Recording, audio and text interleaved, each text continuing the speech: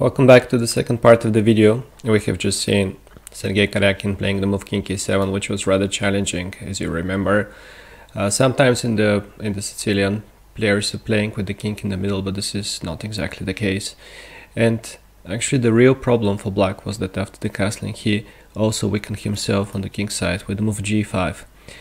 Now the game that Andreikin played after that was flawless. He attacked neatly on both the flanks and he proved that the king in the middle is actually a very bad piece. Well, already we can say that black was in trouble, so king to e7 was the actual mistake. g5 made things even easier for the second player. Obviously now white cannot take the pawn on h6. This is a very small trap because after rook to g6 the queen will be trapped. As you can see, there are no squares available for this piece, but the queen never really wanted to go in this direction. The queen actually wanted to come on f2, which happened in the game as well. And on this diagonal, not only the pawn on a7 would be hanging sometimes, but what is more important, white wants to play c4 to c5 and to get rid of this d6 pawn, to discover the diagonal and to start attacking the king in this direction. And this is not the only diagonal that he can attack. So after queen to f2, rook g to d8 was played because, like I told you before, the c5 break is already in the air. If black tries somehow to activate the knight with a move like knight h5, this break will be already possible after knight b3, queen c7, c5, and black is in big trouble. If he ever captures, bishop c5 check, the two bishops would be attacking, the rook would be opened. That's simply a horrible position for the second player. Even worse for black is on move number 17. If he tries a move like a6, which will again will be reacted with the move knight to b3, and after queen to c7, white can make use of the weakness of the b6 square to attack the queen with the tempo. After queen c8, he can even capture on c6, not wasting any time on the retreats. Queen takes c6, and now black is very weak on the dark squares. Knight to a5 is strong, and the thematic c5 is going to destroy black's position. This king is always uncomfortable in these cases. There is no time for black to escape on g7. Even if he had the time to escape on g7, that would be quite unstable position, very shaky. After h4, this flank would be open too. But knowing this, that the king can eventually try to escape in this situation, in the game after the move rook g to d8, well, white decided to open a second front with the move h4. That's very strong and very powerful blow. The bishop is getting more work on this diagonal, and also the h file would be opened, which was actually the idea of Andreikin. After knight h7, Karjakin is somehow trying to hold his own on the king side. But this beautiful move g4 was played. It's not quite obvious why is he doing it at the moment, but the reality is that the h file has been opened. It can be used by the white pieces. Either the queen can try to get in, or even better, the way that Andreikin did it in the game after f6, he used it for the rook. He is giving work for each and every piece that he has. Another possible idea for white was to go e4 followed by c5. This wasn't bad neither, but the way that he's playing is even stronger. Now black is trying to seal the position with the move knight to f8.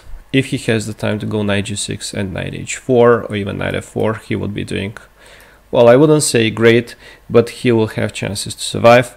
However, he is one tempo down after rook h1. There is no time for the move knight to g6. In case of knight g6, there will be a check. The bishop will have to cover the king, and then knight b3 followed by the thematic c5 is possible, or even better, queen d2 now, trying to make use of this diagonal. There are too many threats at the moment. One of them is to go even queen c3 and rook a1 to trap the queen. Not only the king is under attack, but above all, the main threat is to take on g5. If somehow black manages to save the queen, maybe with the move like queen a3, I believe that the move like bishop takes g5 will completely destroy black very fast. King e6 obviously is going to to be checkmate, and if the king goes in this direction, then queen to f6. This is also going to be very, very fast checkmate. Say rook d7. Now rook h1 I think is the easiest thing, followed by rook h8 with checkmate. You can check those lines if you like, and you'll be enjoying the attack, I'm pretty sure about that. Bishop f7 was played in the game, however, and it seems like black is in control now. The bishop is defending the light squares on the king side, the knight is covering the crucial h7 square. Well, white can try to mount pressure with rook h6, then double the rooks, etc., but this looks rather slow. Instead of that, he found a way to exploit the fact that the f5 square is now vacant, and he makes music out of his pieces. The knight goes to g3 and then to f5. This bishop had to move to defend the king, and now the vacated f5 square is used by the white pieces. After bishop g6, bishop d2 is another sudden retreat, but well, now that the bishop has defended the f5 square, the knight is changing his mind, and it can go to d5 rather than to f5, or at least it wants to have a choice where to go. Queen to b6, knight e3 with the obvious threat of fork on d5, king f7. Once again, it seems like black managed to stabilize the situation. It seems like he's moving towards the safe g7 square, then he can go knight e6, then he can think about trading rooks, or maybe jumping with the knight on f4 himself. White needs to hurry and to prove that he has plenty of attack. He does it with a very unexpected move. Nobody expects, well, not nobody, but most of the people do not expect silent moves in the attack, moves that are, well, how can I say, retreating pieces back home. Queen e1. Queen e1 was played, amazing move. The queen is moving away from the trade, first of all. Now the knight is free to move, to jump on one of the juicy squares, f5 or d5. And the queen is actually greatly placed on e1. It is supporting the bishop to attack on the queen side, but it is also ready to join the attack on the king side. This is the perfect square at the moment. Karjakin naturally replied with knight e6, going for the f4 square, and white jumps on f5 with his knight.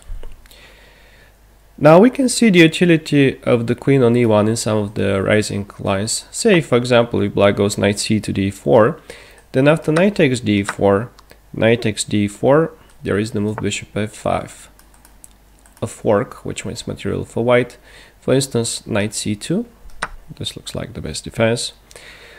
Well, bishop takes b6 is not yet winning material because there is in between check, but queen d2 is possible. On knight e3 check, there is king g3, and there are too many loose pieces in black's camp. This knight is more or less trapped. If it tries to escape on c4, there'll be a check. Not only that, white is going to win the exchange, but after rook c1, he's going to occupy all the open files, all the important open files.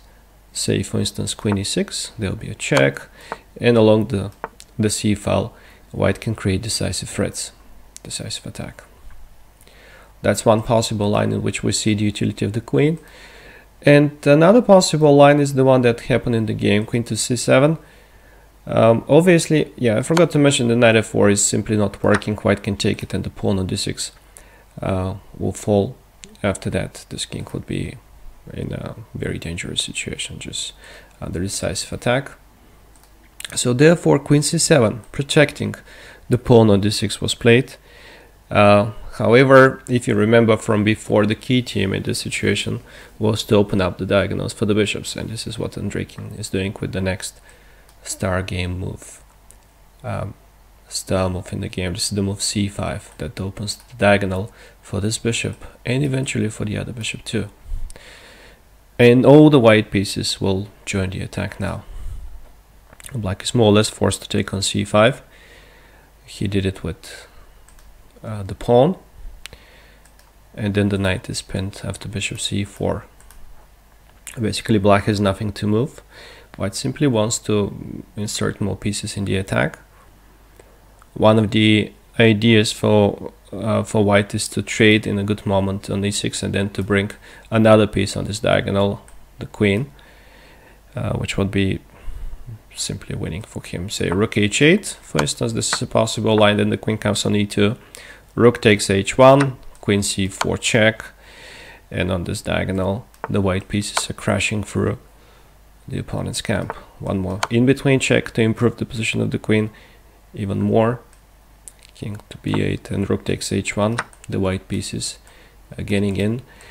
Just compare the black pieces, how unprepared they are for the attack. The bishop on g6 was left lonely. Okay, it's in danger at the moment of double attack. The pawn on f6 is hanging, then everything falls apart. The piece to blame in that case was the king, who was moving around all the time, didn't give time to the other pieces to come out and help him. And what happened in the game was b5. Karjakin is desperately trying to get rid of the bishop.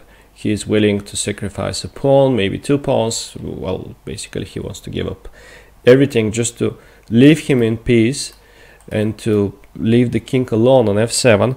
However, Andreikin is just merciless. He goes bishop d5 and he keeps the pin. He already had 4 sequence in this situation. He could have taken on e6 followed by rook h6. That was also a very nice way for him to win the game, with the idea of attacking on both flanks like b4. This is another very nice demonstration of the utility of the queen on e1. Now the d file would be opened. White is controlling the other open file. Now that one would be in his hands and he is winning by force. Say for instance knight a5, there'll be a check, king to f7, and the queen is joining this party. The party is thematic. It's called Mate the King. Now after queen d2, rook a d8, the job is done. Queen d5, and there is mate in 3.